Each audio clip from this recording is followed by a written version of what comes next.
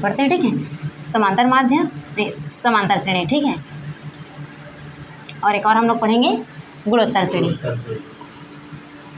तो short name अगर बोले तो हम एपी बोल सकते हैं, ठीक है। अगर मान लो गुणोत्तर समांतर श्रेणी बोलने में दिक्कत हो रहा है तो हम एपी बोल सकते हैं, ठीक है। अरिथमेटिक प्रोग्रेसिव होता है, इसीलिए इसको क्या बोलते हैं, जियोमेट्रिक प्रोग्रेसिव बोला जाता है, इसीलिए क्या हो जाएगा ये जीपी, ठीक है। अब हमने इसमें सबसे पहला सूत्र देखा था टीएन ज्ञात करना। टीएन ज्ञात करना देखा था ना। टीएन ज्ञात करने के लिए कौन सा सूत्र होता है, a plus n minus 1 into d. यहाँ जो हमारा ए होता है वो क्या होता है, प्रथम पद होता है। इक्वल टू क्या होता है, प्रथम पद। मैं शुरू में ही बता देती हूँ तो बार बार बताने की जरूरत नहीं होगी, है ना। इक्वल टू क्या होता है, प्रथम पद, और जो डी होता है वो क्या होता है, सर्वांतर होता है, ठीक है। डी क्या होता है, सर्वांतर। सर्वांतर का मान निकाला जाता है बी माइनस ए से। अर्थात अगर मान लो यहाँ पर क्वेश्चन दे रहे हैं 2, 4, 6, ठीक है, तो हम इसे क्या मानेंगे, ए, इसे मानते हैं बी और इसे क्या मानते हैं, सी। तो सर्वांतर निकाला जाता है बी में ए को घटाकर, अर्थात दूसरे में पहले को घटाकर क्या निकाला जाता है, सर्वांतर, ठीक है। ये तो बन जाएगा सर्वांतर निकालना। उसी प्रकार अगर हम देखें गुणोत्तर श्रेणी में पहला सूत्र होता है, सेम ऐसे ही होता है। यहाँ पर क्या आ जाएगा, टी एन इक्वल टू क्या रहेगा, ए आर एन माइनस 1 रहता है, ठीक है। यहाँ पर भी क्या होता है, ए हमारा क्या होता है, प्रथम पद होता है। इक्वल टू क्या होता है, प्रथम पद, ठीक है। प्रथम पद को हम ए से डिनोट करते हैं। और यहाँ पर हमने क्या लिखा है, सर्वांतर लिखा है। यहाँ जो होता है ना वो आर क्या होता है, सर्वानुपात होता है। क्या होता है, सर्वानुपात, ठीक है। देखिए सर्वांतर में ऐसा हमें क्या दिख रहा है जिसे हम अंतर कर रहे हैं, तो देखो यहाँ पर बोला है ना सर्वांतर। सर्वांतर का अर्थ होता है दूसरे में पहले को घटाना, और यहाँ बोला गया है सर्वानुपात। अनुपात का अर्थ होता है बटा करना। आप लोगों ने सुना होगा अनुपात क्या होता है, बटा करना होता है ना। तो ये सर्वानुपात है, वो खुद दिखा दे रहे हैं, मतलब दूसरे में हमें क्या करना है, पहले को भाग करना है। दूसरे में क्या करना है, पहले को भाग करना है। इससे हम क्या कर सकते हैं, आर का मान निकाल सकते हैं। आया समझ में, ठीक है। दूसरे जो टी एन है ना वो पद ज्ञात करना होता है, ठीक है। टी एन क्या होता है, पद। एन जो होता है ना वो वापद होता है।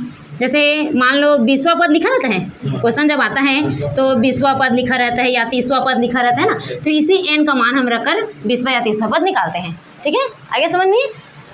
तो अगर ये दोनों में कन्फ्यूज़न नहीं होना है ना। अगर ये बोला समांतर श्रेणी के लिए तो हमें क्या निकालना है, सर्वांतर। सर्वांतर का अर्थ होता है बी में हमें ए को घटाना है। लेकिन अगर पूछा गुणोत्तर श्रेणी तो हमें क्या करना है, सर्वानुपात। बी में क्या करना है, ए को भाग देना है, ठीक है। उस तो हमारा क्या मान निकल जाएगा, आर का मान। गुणोत्तर श्रेणी में हम सर्वानुपात को क्या बोलते हैं, आर बोलते हैं। और समांतर श्रेणी में हम सर्वांतर को क्या बोलते हैं, डी बोलते हैं, ठीक है। हमारा सेकेंड सूत्र होता है यहाँ पर अंतिम पद ज्ञात करना। अंतिम पद को किससे डिनोट किया जाता है, एल से, ठीक है। अंतिम पद ज्ञात करना, तो अंतिम पद को हम किससे डिनोट करते हैं, एल से डिनोट करते हैं।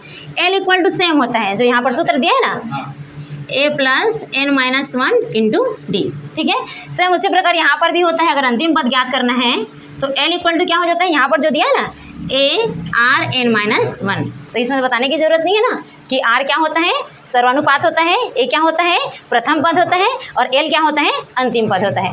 अगर क्वेश्चन में आया अंतिम पद आपको दिया रहेगा, प्रथम पद दिया रहेगा, और क्या दिया रहेगा, सर्वांतर दिया रहेगा, लेकिन क्या नहीं दिया रहेगा आपको, पदों की संख्या नहीं दिया रहेगा। और पद हम किसे बोलते हैं, एन को। तो हम इसमें मान रखकर क्या कर सकते हैं, पदों की संख्या निकाल सकते हैं, ठीक है। ये हमारा सेकेंड सूत्र है। तीसरा सूत्र होता है एन पदों का योगफल निकालना। एन पदों का योगफल निकालना। एन पदों का योगफल निकालने के लिए दो सूत्र होता है। एक होता है एस एन इक्वल टू क्या होता है, 2a प्लस नहीं, ये होता है n by 2a plus n minus 1 into D, ये होता है पहला सूत्र। और दूसरा इसी में होता है एस एन इक्वल टू अगर प्रथम पद दिया है और अंतिम पद दिया है तो आप ये सूत्र करके मान निकाल सकते हैं। मान लो क्वेश्चन में दिया होगा कि अंतिम पदों का योगफल ज्ञात कीजिए, तो आप क्या करोगे, अंतिम बोल दिया ना, तो ये वाला सूत्र लगाना है। एस एन इक्वल टू क्या होता है, ए प्लस एल। उसी प्रकार इसमें भी होता है, ठीक है। एस एन मान निकालने के लिए यहाँ पर दो सूत्र होते हैं। अब आप लोग को दो सूत्र याद में रखना है। इसमें एक होता है ए आर स्क्वायर माइनस 1 अपान होता है यहाँ पर आर माइनस 1। ये कब लगाया जाता है, जब आर बड़ा होता है 1 से, तो ये मान लगाते हैं, ठीक है। गुणोत्तर श्रेणी के लिए ये सूत्र होता है। ये तो समझ में आ गया ना, ये समझ में आया कि नहीं। अगर मान लो एन पदों का योगफल बोला तो कौन सा सूत्र लगाएंगे, एस एन इक्वल टू होता है n बाई 2 2a प्लस होता है n-1 इंटू डी। अगर उस क्वेश्चन में यहाँ पर n की जगह लिखा जाए अंतिम पदों का योगफल, क्या लिखेगा? अंतिम पदों का योगफल लिखेगा, तो ये वाला सूत्र लगाना है। ठीक है, एस एन इक्वल टू क्या होता है, वहाँ पर प्रथम पद दिया रहेगा और अंतिम पद दिया रहेगा, बन जाएगा ये। ठीक है, उसी प्रकार यहाँ पर बोलेगा कि n पदों का योगफल निकालने के लिए, n पदों का योगफल निकालने के लिए तो इसका दो मान होता है। एक मान होगा जब r बड़ा होगा तो ये वाला सूत्र लगाएंगे, और जब r छोटा होगा तो ये वाला सूत्र लगता है। 1 पहले आ जाता है, r के घात में n लग जाता है, बस ये चेंज होता है। ये जो r के घात में 2 लगा है ना, वो क्या हो जाएगा, r का घात n हो जाता है, बटा हो जाता है 1 माइनस r। ये कब होगा, जब r किससे छोटा होगा, 1 से छोटा होगा। ठीक है, r किससे छोटा होगा, 1 से छोटा होगा, तो ये मान लगाया जाता है। आगे समझ में। अब लास्ट हमारा होता है चौथा सूत्र, इसको बराबर करके मैं इधर लिख दूँ तो बन जाएगा ना, यहाँ लिखूंगी तो समझ में आ जाएगा, इसी का है करके। ये था हमारा a plus L, S N तो सेम है, एस एन सेम है ना, इसको बना लीजिएगा। अब हमारा चौथा सूत्र होता है दो पद ज्ञात करने के लिए। कितना पद ज्ञात करने के लिए, दो राशियाँ। मान लो कोई भी दो राशियाँ दिया और उसका समांतर माध्य ज्ञात करना है। क्या ज्ञात करना है, समांतर माध्य। समांतर माध्य ज्ञात करना है कितनी राशियों का, दो राशियों का। मान लो हमारा पहला राशि कौन सा है, a है, और दूसरा राशि कौन सा है, b है, तो हम दोनों को जोड़कर क्या करेंगे, 2 से भाग करते हैं। और समांतर माध्य को किससे डिनोट किया जाता है, a से डिनोट किया जाता है, इसको याद रखना। किससे डिनोट किया जाता है, a से। उसी प्रकार समांतर दो राशियों को ज्ञात करने के लिए यहाँ पर दो राशियों का ना अनंत पद ज्ञात करना पड़ता है। एक और होता है इसमें, अनंत पद ज्ञात करने के लिए किसका सूत्र लगाया जाता है, यहाँ पर होता है 1 माइनस आर अपान, यहाँ पर हो जाएगा, नहीं, ये क्या होता है, ए अपान होता है 1 माइनस आर, ये वाला सूत्र लगाया जाता है। ठीक है, यहाँ पर हमने अनंत पद ज्ञात करने के लिए कौन सा सूत्र लगाया, ये वाला लगाया, ए प्लस एल लगाया ना। तो उसी प्रकार अनंत पद हमें ज्ञात करना होगा तो कौन सा सूत्र लगाएंगे हम, ए अपान 1 माइनस आर। ये हमारा है चौथा सूत्र। कोई दिक्कत है इन सूत्रों में, नहीं ना? अगर क्वेश्चन बनाए तो बन जाएगा। समांतर श्रेणी को क्या कहा जाता है, शॉर्ट नेम एपी कहा जाता है। गुणोत्तर श्रेणी को क्या कहा जाता है, जीपी कहा जाता है। इसमें पहला सूत्र हमारा क्या है, टी एन इक्वल टू होता है a plus n minus 1 into d. हमारा ए क्या होता है, प्रथम पद होता है, और डी क्या होता है, सर्वांतर होता है। सर्वांतर कहने का अर्थ है हम दूसरे पद में क्या करेंगे, पहले पद को घटाएंगे। उसी प्रकार हमारा गुणोत्तर श्रेणी का पहला सूत्र होगा टी एन इक्वल टू होता है ए आर एन माइनस 1। हमारा प्रथम पद क्या होता है, ए होता है, सर्वांतर यहाँ पर सर्वानुपात होता है, आर क्या होता है, सर्वानुपात। सर्वानुपात कहने का अर्थ क्या होता है, हम बी में क्या करेंगे, ए को भाग देंगे। जैसे मान लो हमारा बी 4 है और ए हमारा 2 है, तो हमारा आर का मान कितना आ जाएगा, 2 आ जाएगा। ठीक है, इस तरह से बनाना है। सेकंड सूत्र है हमारा अंतिम पद ज्ञात करने के लिए। कौन सा पद ज्ञात करने के लिए, अंतिम पद ज्ञात करने के लिए। और अंतिम पद को हम किससे डिनोट करते हैं, एल से। क्वेश्चन में दिया रहेगा ना, अंतिम पद 50 है, अंतिम पद 60 है, ऐसा दिया रहता है। ठीक है, तो अंतिम पद ज्ञात करने के लिए हमें कौन सूत्र लगाना है, L equal to a plus n minus 1 into d. अब हमें इसमें दूसरा बताया है कि एल इक्वल टू क्या होता है, a r n minus 1। N पदों का योगफल ज्ञात करने के लिए हम कौन सा सूत्र लगाएंगे, एस एन। ये वाला सूत्र कब लगाना है हमें, जब हमारा r बड़ा होगा तो हमारा कौन सा सूत्र लगेगा, a r square minus 1 upon r minus 1। जब हमारा r छोटा होगा तो हमें कौन सा सूत्र लगाना है, ए 1 माइनस आर घात n बटा 1 माइनस आर। ठीक है, ये वाला समझ में आया दोनों। उसी प्रकार इसमें n पदों का योगफल निकालना है तो क्या करना होगा, एस एन इक्वल टू होता है n/2 2a plus n minus 1 into d. और अगर इसी में n पद ना बोलकर क्या बोला जाए, अंतिम पद, क्या बोल दे वो, अंतिम पद बोल दे, तो हमें कौन सा सूत्र लगाना है, a प्लस एल। ठीक है, उसी प्रकार इसमें निकालना है अंतिम पदों के लिए क्या होता है, a अपान 1 माइनस आर होता है। अगर समांतर माध्य में पूछा जाए दो राशियों का मान निकालने के लिए, कितने राशि का मान निकालने के लिए, दो राशि का मान, तो दो राशि का अगर हमें मान निकालना है तो हम कौन सा सूत्र लगाएंगे, a प्लस बी अपान कितना हो जाएगा, 2 हो जाएगा। क्योंकि हमारा a क्या है, प्रथम राशि है, और b क्या है, दूसरा राशि है। तो इस प्रकार से हम निकाल सकते हैं मान, बन जाएगा। तो क्वेश्चन बनाएं, जैसे मैं समांतर श्रेणी का ही बनाती हूँ, दोनों में से एक एक क्वेश्चन बनाकर बताती हूँ। पहला उदाहरण, ठीक है, अच्छा उतार लो।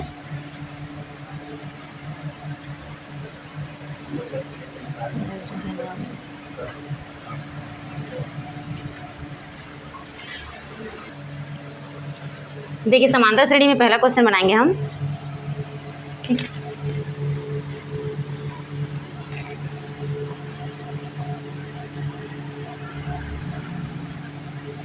मान लीजिए हम निकालते हैं 25वां पद। कौन सा पद, 25वां पद।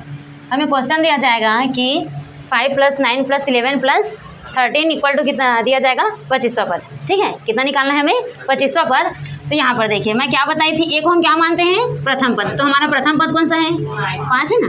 यहाँ पर हम रखेंगे ए, तो ये हमारा ए इक्वल टू कितना हो जाएगा, 5 होगा। उसके बाद हमने डी का मान कैसे निकाला था, तो डी इक्वल टू क्या होता है, बी माइनस ए होता है। तो बी हमारा कितना है, 9 है, और ए हमारा कितना है, 5 है। कितना आ जाएगा यहाँ पर, 4 आएगा।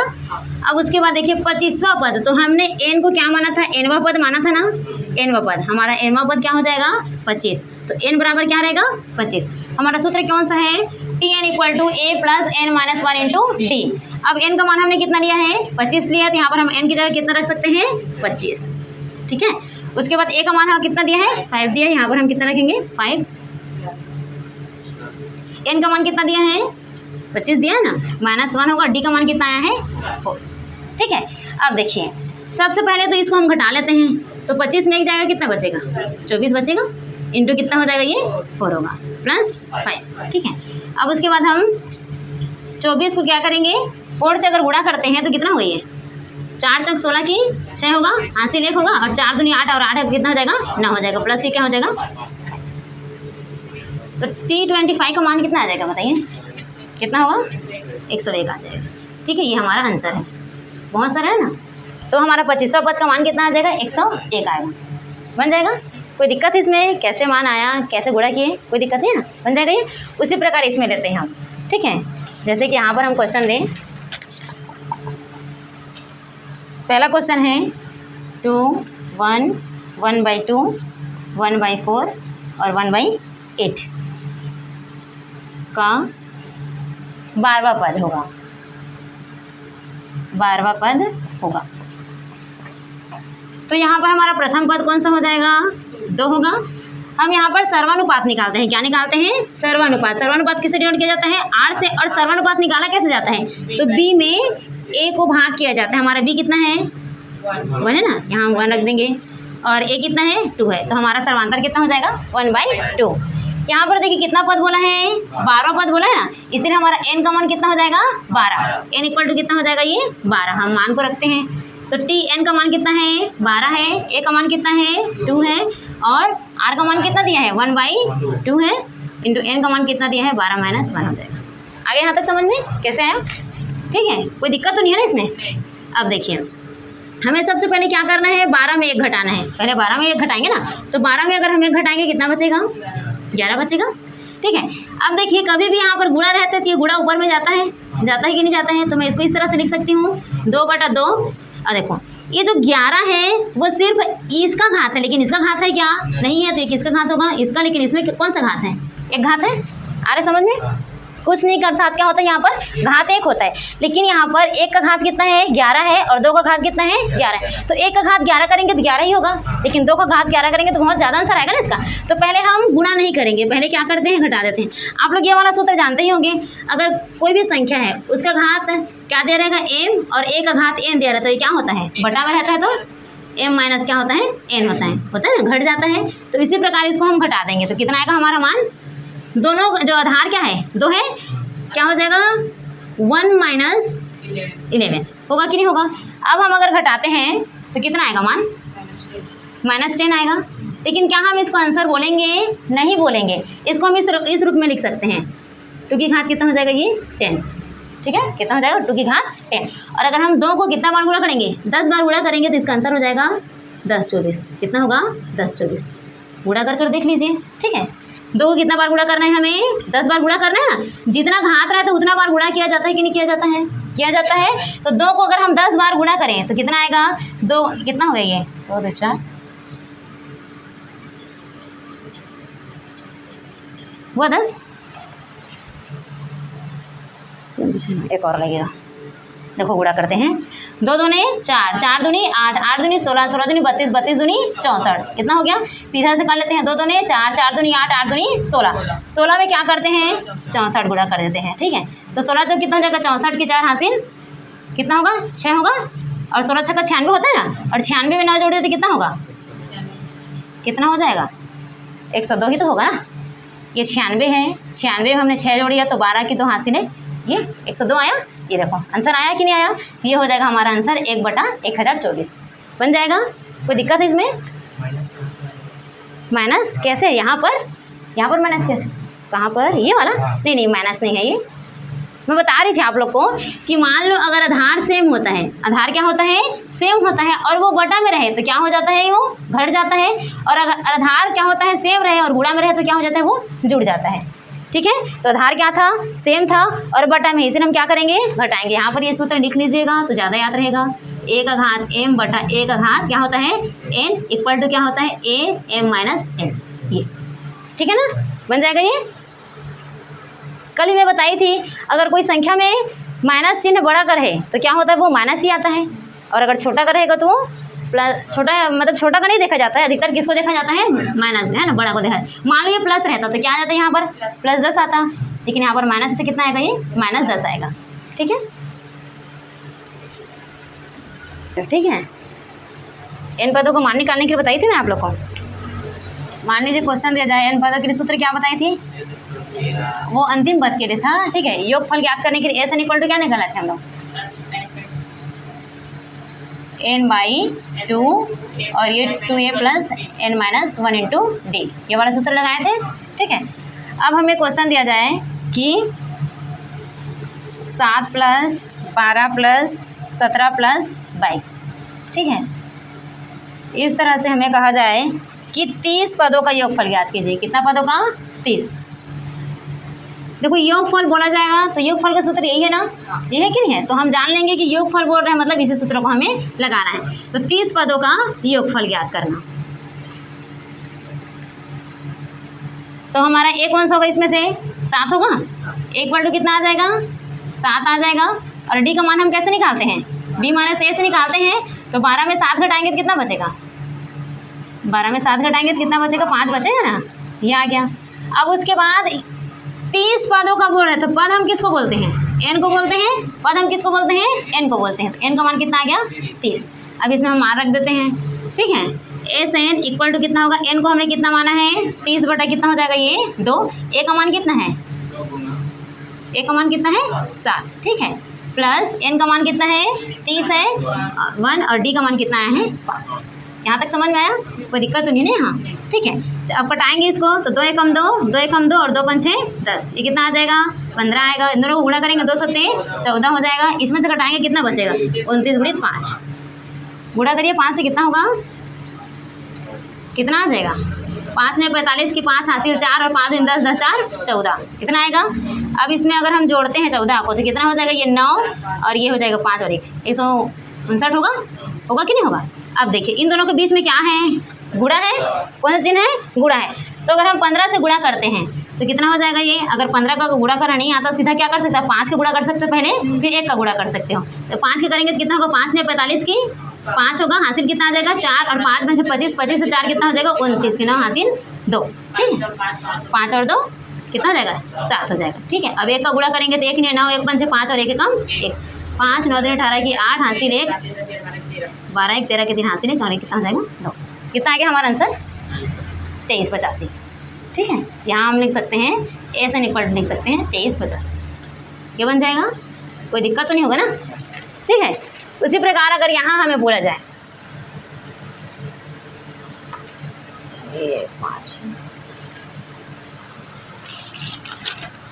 अगर हम यहाँ पर n पदों का योगफल निकालें, ठीक है,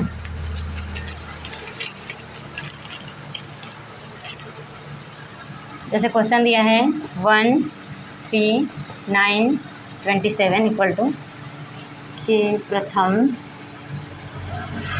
8 पदों का योग होगा, 8 पदों का योग का अर्थ वही होता है ना, होता है कि नहीं होता है, चाहे हम उसे योग बोले या योगफल बोले, सेम है कि नहीं है, सेम होता है। अब देखिए यहाँ पर हमारा प्रथम पद किसको मानते हैं, हम a को मानते हैं, 1 होगा, और इसमें सर्वानुपात कैसे निकाला जाता है, तो b में a को घटाया जाता है। तो उसी प्रकार हमारा b कौन सा है, 3 है, और a क्या है, 1 है ना।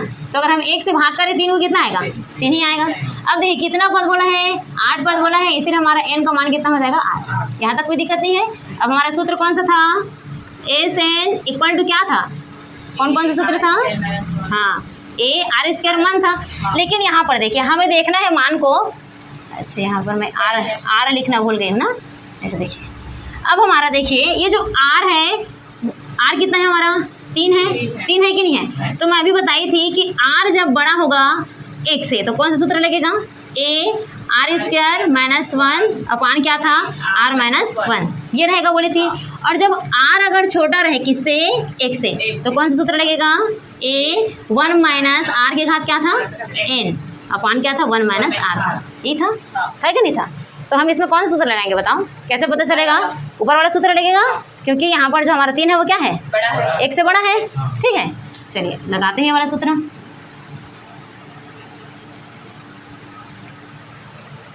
नहीं, ये सूत्र नहीं लगेगा। अब एक क्यों नहीं लगेगा बता रही हूँ मैं ना, देखो यहाँ पर क्या कहा गया है, 1 माइनस r की घात n बटा 1 माइनस r। ठीक है, इसको हम कब लागू करेंगे, जब r किससे छोटा होगा, 1 से छोटा होगा, ये भी देखेंगे।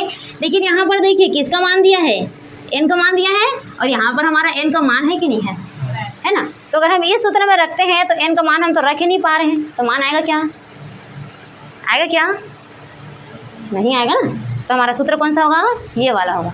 अरे समझ में, हमें क्वेश्चन को पहले समझना पड़ेगा कि वो क्या क्या पूछ रहा है और क्या क्या दे रहा है। ठीक है, हमारे सूत्र में हमने किसका मान पता है, यहाँ पर a का मान पता है हमें, r का मान पता है हमें, और n का मान पता है। तो हमारा कौन सा सूत्र लगेगा, ये वाला लगेगा ना, लगेगा क्या लगेगा। यहाँ पर कहाँ है n, नहीं है ना, तो हम यहाँ पर n का मान रख सकते हैं क्या, नहीं रख सकते, इसलिए हमारा कौन सा सूत्र होगा, ये वाला।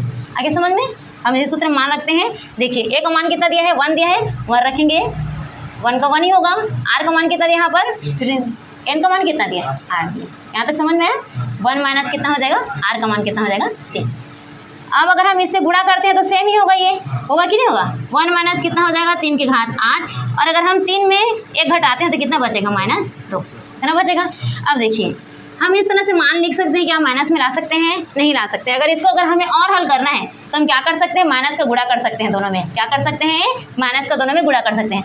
अगर मैं माइनस का इसमें गुणा करूँ, ये प्लस में है तो प्लस में तो क्या हो जाएगा, माइनस में हो जाएगा, और ये माइनस है वो किस में हो जाएगा, प्लस में। तो क्या मैं 3 की घात 8 को पहले उतार सकती हूँ, है ना। जब ये माइनस में आएगा तो हम पीछे रख सकते हैं ना उसको, ये क्या हो जाएगा, -1। उसके बाद अगर माइनस का गुणा इसमें किया जाए, माइनस माइनस का अगर दोनों में गुणा किया जाए तो क्या हो जाएगा, प्लस हो जाएगा, बटा क्या हो जाएगा 2, और ये माइनस माइनस क्या हो जाएगा, कट जाएगा।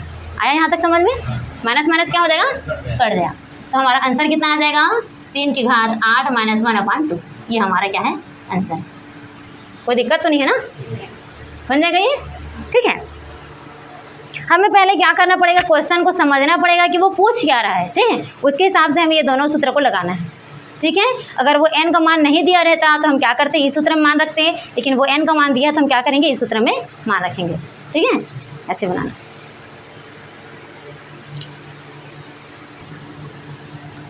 समांतर माध्य ज्ञात करना। तो समांतर माध्य को किससे डिनोट किए थे हम लोग, a से डिनोट किए थे।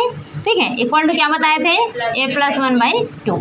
जैसे मैं यहाँ पर क्वेश्चन दूँ, 20 30 x का समांतर माध्य 40 है।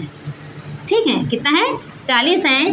तो x का मान ज्ञात कीजिए, x का मान ज्ञात कीजिए। इसी सूत्र में हमें मान रखना है, क्या होता है, a = a + b/2 होता है ना। a = क्या होता है, a + b/2। तो देखिए ये जो हमारा a है वो क्या है, समांतर माध्य है, और समांतर माध्य हमें कितना दिया है, 40 दिया है। हम a की जगह कितना रख सकते हैं, 40। अब देखिए ये जो a b है वो पूरा क्या है, ये वाला संख्या है। कौन सा संख्या है, ये। तो हमारे कौन कौन सी संख्या दी है, a b में प्रथम संख्या हम इसको मान लेते हैं, 30 को इसको भी मान लेते हैं, और ये हमारा x क्या है, x का मान निकालना है ना।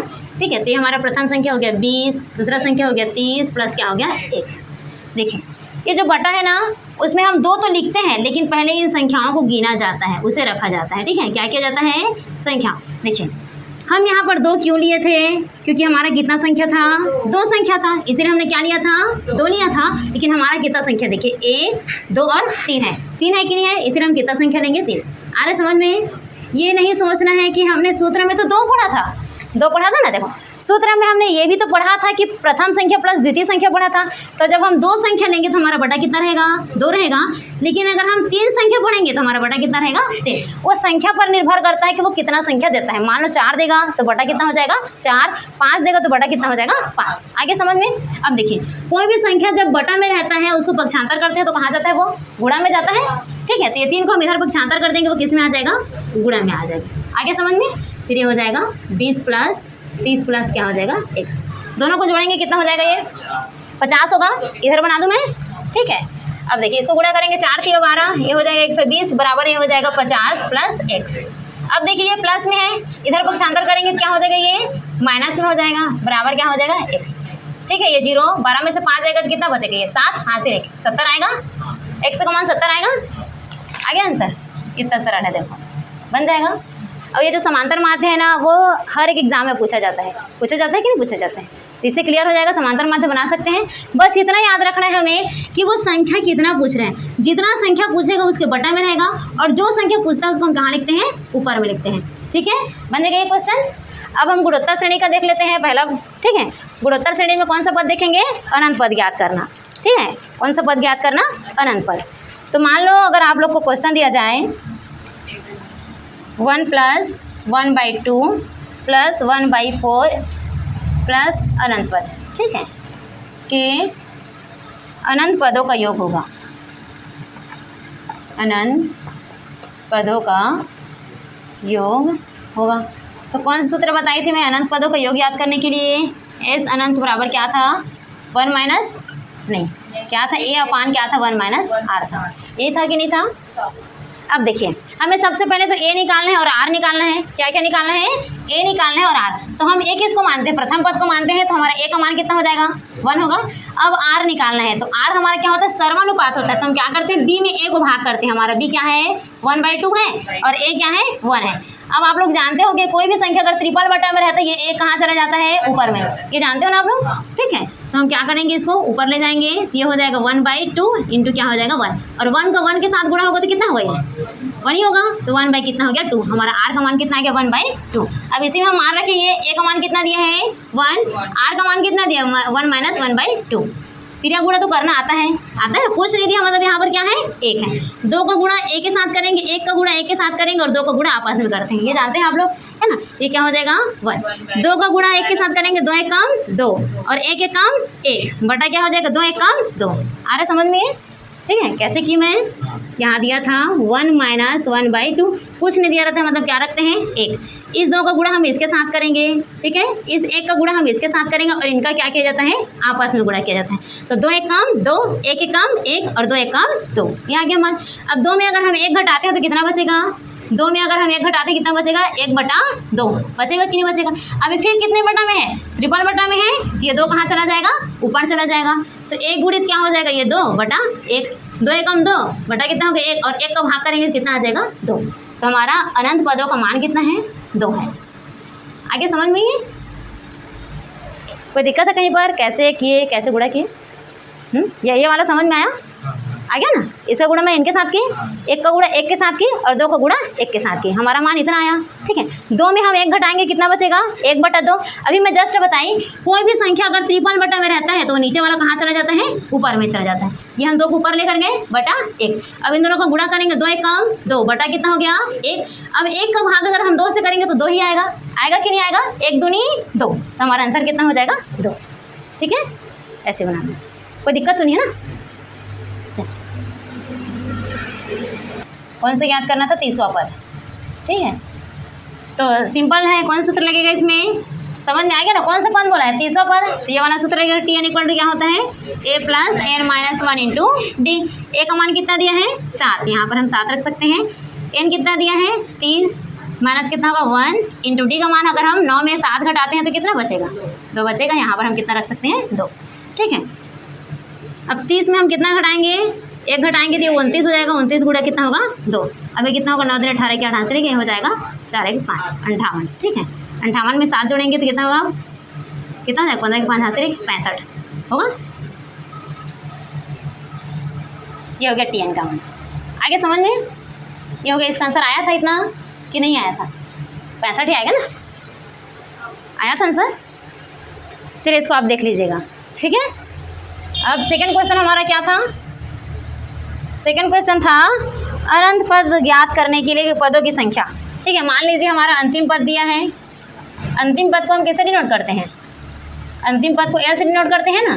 तो एल का मान कितना दिया है? मान लो 50 दिया है, ठीक है। ए क्या होता है? प्रथम पद होता है। ए का मान कितना दिया है? 7 दिया है। और सर्वानुपात कितना दिया है? सर्वानुपात बोलते हैं सर्वांतर कितना दिया है? 2 दिया है। तो हमें क्या निकालना है? पदों की संख्या। और पदों को किससे डिनोट करते हैं? हम एन से करते हैं, ठीक है। तो इसके लिए कौन सूत्र बताई थी मैं? अंतिम पद के लिए L equal to a plus n minus 1 into d, यही था ना। देखिए हमारा अंतिम पद कितना दिया है? 50 दिया है। हम यहाँ पर कितना रखेंगे? 50। ए का मान कितना दिया है? 7 दिया है। हम कितना रखेंगे? 7। एन का मान कितना दिया है? नहीं दिया है ना, उसको हम क्या करना है? ज्ञात करना है 1। और डी का मान कितना दिया है? 2। अब हम क्या करेंगे? 7 प्लस 2 को गुणा इसके साथ करेंगे तो क्या हो जाएगा? 2 एक कम 2 और यहाँ जाएगा 2 एक कम 2 बराबर ये हो जाएगा 50। अब देखो ये प्लस में है, अगर मैं इसको इधर पक्षांतर करती हूँ तो क्या हो जाएगा? ये माइनस होगा। 50 माइनस 7 बराबर क्या हो जाएगा? ये 2n माइनस 2, ठीक है। अब इन दोनों को घटाएंगे तो कितना बचेगा? 43 बचेगा बराबर 2n माइनस 1। अब देखो ये माइनस में अगर इधर पक्षांतर करते हैं वो क्या हो जाएगा? प्लस में हो जाएगा। परंतु कितना हो जाएगा? 2n। 43 में 2 जोड़ेंगे कितना हो जाएगा? ये 45 बराबर कितना हो जाएगा? ये 2n, ठीक है। 2n है। अब इसको पक्षांतर करेंगे क्योंकि यहाँ चला जाएगा, बटा में आ जाएगा इक्वल टू 2। अब देखिए इसका भाग करेंगे तो 2 दूने 4, ठीक है। अब कुछ नहीं बचा यहाँ पर, 2 दूने 4। अगर दशमलव लगाते हैं कितना हो जाएगा? 1 बचे वो 10 हो जाएगा। 2 पंचे 10 बराबर हो जाएगा ये। एनवा पद हमारा कितना आ गया? 22.5 बन जाएगा।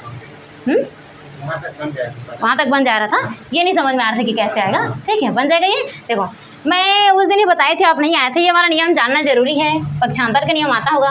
मान लीजिए कोई भी संख्या किस में है? भाग में। तो पक्षांतर करते हैं तो क्या हो जाता है? वो गुणा में चला जाता है। कोई भी संख्या गुणा में है, पक्षांतर करते हैं तो किस में चला जाता है? भाग में चला जाता है। अगर मान लीजिए कोई संख्या प्लस में, क्या होगा? माइनस होगा। माइनस में रहेगा वो क्या हो जाता है? प्लस में हो जाता है। लेकिन ये भी जानते होंगे आप लोग, कोई भी संख्या करनी में है वो क्या हो जाता है? वर्ग हो जाता है। और कोई भी क्या रहता है? वर्ग में रहता है वो क्या हो जाता है? करनी हो जाता है, ठीक है। ये तो करने के लिए था। और घन रहेगा तो अगर मान लो कोई भी संख्या क्या है? इस तरह से घन में है ना, ये क्या होगा? घन लिखेंगे इसको, ठीक है। और अगर घन में है उसको हम क्या लिख सकते हैं? इस तरह से। इसका मतलब तो जानते होंगे ना क्या होता है? ये 1/2 होता है। क्या होता है? 1/2। अब देखिए ये दर्शा रहा है, कितना दर्शा रहा है? 3, इसलिए क्या होता है? 1/3 होता है। ये जानते हैं आप लोग? जानते हैं ना? बस ऐसे किए हैं, ठीक है। वहाँ पर 2n क्या था? गुणा में था। पक्षांतर कर दिया तो कहाँ चला गया? बटा में चला गया। बन जाएगा ये, ठीक है। तीसरा क्वेश्चन हमारा क्या था?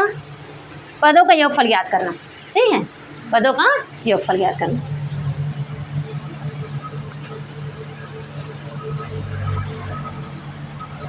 यहाँ दिया है 5 + 9 + 5 + 7 + कितना होगा? 9 इक्वल टू 70 पदों का योगफल ज्ञात करना। कितना? 70 पदों का योगफल ज्ञात करना। तो मैं अभी बताई हूँ योगफल ज्ञात करने के लिए कौन सूत्र होता है? SN equal to n/2 2a plus n - 1 into t, ये वाला होता है, ठीक है। अब देखिए प्रथम पद हमारा कितना दिया है? 5 नहीं, पहले हम n का मान निकालते हैं। कितना पद बोला है? 70 पद बोला है। तो n की जगह कितना हो जाएगा? 70/2। 2 इंटू a का मान कितना दिया है? 5 दिया, यहाँ पर 5 रखेंगे। n का मान कितना दिया है? 70, यहाँ 70 रखेंगे -1। d का मान अब कितना आ जाएगा? 7 में 5 में 5 घटा देंगे कितना बचेगा? 2 बचेगा। ये आ गया। यहाँ तक कोई दिक्कत नहीं है, बन जाएगा ये, ठीक है। अब देखिए अगर हम 2 से भाग करें तो 2 तिया 6 बचा कितना? यहाँ पर 1 बचा ना, क्योंकि 7 में 6 घटाएंगे कितना बचेगा? 1 बचेगा। कितना हो गया? 10 हो गया। तो 2 पंचे 10, यहाँ आ गया मान 35। इन दोनों को गुणा करेंगे 5 दूनी 10 प्लस 70 में घटाएंगे कितना हो जाएगा? ये 69 होगा, ठीक है। गुणा 2। अब 2 का गुणा करते हैं तो ये कितना हो जाएगा? 9 दूनी 18 की 8 हासिल 1 और 6 दूनी 12 12 और ये 13, ये आ गया, ठीक है। यहाँ पर हो जाएगा 35। अब जोड़ेंगे तो कितना हो जाएगा? 0 और ये हो जाएगा 4, 140 होगा। अरे गलत बता रही मैं, 8 है उसकी जगह मैं 0 लिख जा रही, ठीक है। ये आ गया समझ में, ठीक है। गुणा कितना करेंगे हम? 35 का। अब गुणा करना नहीं आता 35 का तो क्या कर सकते हैं? 148 लिखेंगे, 35 इधर लिख देते हैं। 5 का गुणा पहले कर लेंगे। 5 8 40 की 0 हासिल की 4 और 5 चौक 20 20 4 24 की 4 हासिल 2 और 5 एकम 5 5 और 2 कितना हो जाएगा? 7। 3 8 24 की 4 हासिल कितना हो? इस तरह से आप लोग मान निकाल सकते हो, है ना। बन जाएगा ना ये।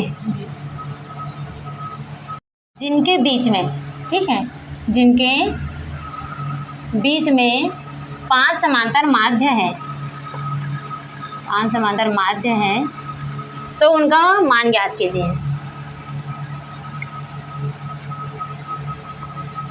मान ज्ञात कीजिए। ठीक है, क्वेश्चन हमारा क्या है, दो राशियां हैं, कौन कौन सी, 5 तथा 20 है, इनके बीच में कितना समांतर माध्य है, 5 समांतर माध्य है, तो हमें क्या करना है, उनका मान ज्ञात करना है। अब हमें पता नहीं है वो 5 समांतर माध्य कौन सा है, पता है क्या, नहीं पता है ना, तो हम पहले उसको मान लेते हैं, क्या करते हैं, मान लेते हैं। तो माना 5 समांतर माध्य, 5 समांतर माध्य कौन कौन सा है, x1, x2, x3 और x4 और x5 हो गया। अब देखिए हमारा प्रथम संख्या क्या है, इन्हीं दोनों के बीच में कितना माध्य निकालने के लिए बोला है, 5 माध्य। तो हमारा प्रथम संख्या कौन सा है, 5 है कि नहीं है। अब इसके मध्य में कौन कौन सा है, x1, x2, x3, x4 और x5। किनके बीच में है, 5 और 20, तो 5 और 20 के बीच में हम लिख लेंगे। ठीक है, आया समझ में।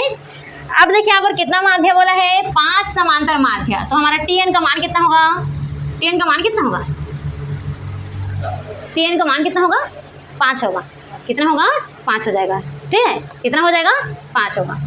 नहीं गलत बता देखो, Tn का मान देखिए, सुनिए पहले हम पद गिनेंगे। क्या गिनते हैं, पद। तो ये जो रहता है वो क्या होता है, पद होता है कि नहीं होता है, पद होता है ना। तो पहले गिन लेते हैं कितना पद है, 1 2 3 4 5 6 7, 7 है। तो हमारा n का मान कितना हो गया, 7 हुआ कि नहीं हुआ। लेकिन लास्ट का पद कौन सा है हमारा, 20 है ना, 20 है कि नहीं है, इसलिए हमारा Tn का मान कितना होगा, Tn का मान हो जाएगा हमारा 20। यहाँ तक समझ में आया कि नहीं आया, आ गया ना। देखिए प्रथम पद कौन सा है, a है, और अंतिम पद कौन सा है, लास्ट हमारा 20 है। और पद हम कैसे गिनते हैं, इन्हीं से गिनते हैं ना पद, इन्हीं से पद निकाला जाता है। और पद को कैसे डिनोट किया जाता है, n से। तो n बराबर कितना आ गया, 7। ठीक है, अब हमारा जो सूत्र होगा, अब Tn दे दिया है, तो Tn दिया मतलब Tn ही सूत्र लगेगा कि लगेगा। मैं बताई थी, अभी भी एक और क्वेश्चन हम हल किए थे गुणोत्तर माध्यम में। तो पहले हम उस क्वेश्चन को पढ़ते हैं कि वो क्वेश्चन क्या क्या दे रहा है, उसी के हिसाब से सूत्र लगाते हैं। तो यहाँ पर हमारा किसका मान दिया है, Tn का मान दिया है, n का मान दिया है। यहाँ पर हमारा प्रथम पद कौन सा आ जाएगा, इक्वल टू कितना हो जाएगा, 5, और सर्वांतर कितना होगा, b इक्वल टू हो जाएगा b माइनस a। तो b माइनस a तो निकलेगा ही नहीं, निकलेगा क्या, यहाँ पर नहीं निकलेगा ना। इसीलिए हमें क्या करना है, d का मान ही ज्ञात करना है कि नहीं करना है। ठीक है, तो चलिए इसे मान रखते हैं। Tn इक्वल टू क्या हो जाएगा, a plus n minus 1 into D. ये होगा कि नहीं होगा, Tn इक्वल टू क्या होता है सूत्र, a plus n minus 1 into D होता है ना, ये होता है। अब देखिए Tn का मान कितना दिया है, 20 दिया, हम यहाँ पर कितना रखेंगे, 20। a का मान कितना दिया है, 5, यहाँ पर हम 5 रखेंगे। n का मान कितना दिया है, 7, यहाँ हम कितना रखेंगे, 7 माइनस 1 इंटू डी। ठीक है, अब देखिए ये 20 का 20 ही रहेगा, यहाँ प्लस रहेगा। अब d का गुणा, इन दोनों को मैं पहले घटा दूँ तो कितना बचेगा, यहाँ पर 6 बचेगा, और d से गुणा कर देंगे कितना हो जाएगा, 60 होगा, बचेगा यहाँ पर कितना, 5। अब देखिए 5 जो है प्लस में, अगर मैं पक्षांतर करूँ तो क्या हो जाएगा, ये माइनस में हो जाएगा, इक्वल टू क्या हो जाएगा, ये 60 घटेगा, कितना बचेगा, ये 15 बचेगा, इक्वल टू कितना हो जाएगा, ये 60। आया यहाँ तक समझ में। अब देखिए जो d है वो क्या है, गुणा में है ना, इसे पक्षांतर कर देंगे क्या हो जाएगा, ये को गुणा 5 के साथ करेंगे, 1 का गुणा 5 के साथ करेंगे, और 2 को गुणा के साथ करेंगे। तो 5 दूनी 10, 5 एक कम 5 बटा क्या हो जाएगा, 2 एक कम 2, ये हो गया 15 बटा 2। तो कितना हो जाएगा, ये 2 सत्ते 14.5 आएगा कि नहीं आएगा, ये आएगा ना। 7 दशमलव कितना हो जाएगा, ये 5, कि 2 सत्ते 14 होता है। अब इसमें 15 में 14 घटाएंगे तो 1 बचेगा, और अगर हम दशमलव लगा देंगे तो कितना हो जाएगा, 10 होगा, और 2 पंचे 10, 7.5 आ गया। ठीक है, ये हमारा क्या हो गया, पहला संख्या। तो x1 का मान कितना आया, 7.5। उसी प्रकार हमें x2 का मान निकालना है। x2 का मान निकालेंगे तो a प्लस क्या लेंगे, 2d लेंगे। ठीक है, a का मान कितना दिया है, 5 दिया है, 5 रखेंगे, प्लस 2 इंटू क्या हो जाएगा, d का मान कितना है, 5/2। यही था कि नहीं था, है ना। अब देखो, हाँ कट जाएगा, 2 इंटू 2 क्या हो जाएगा, कटेगा, बचेगा कितना, 5 + 5 इंटू कितना आ जाएगा, 10। अब ये आ जाएगा x3। ठीक है, a प्लस कितना हो जाएगा, 3d इक्वल टू हो जाएगा a प्लस 3 इंटू डी का मान कितना है, 5/2 इक्वल टू, देखिए अच्छा a का मान कितना है, 5 है।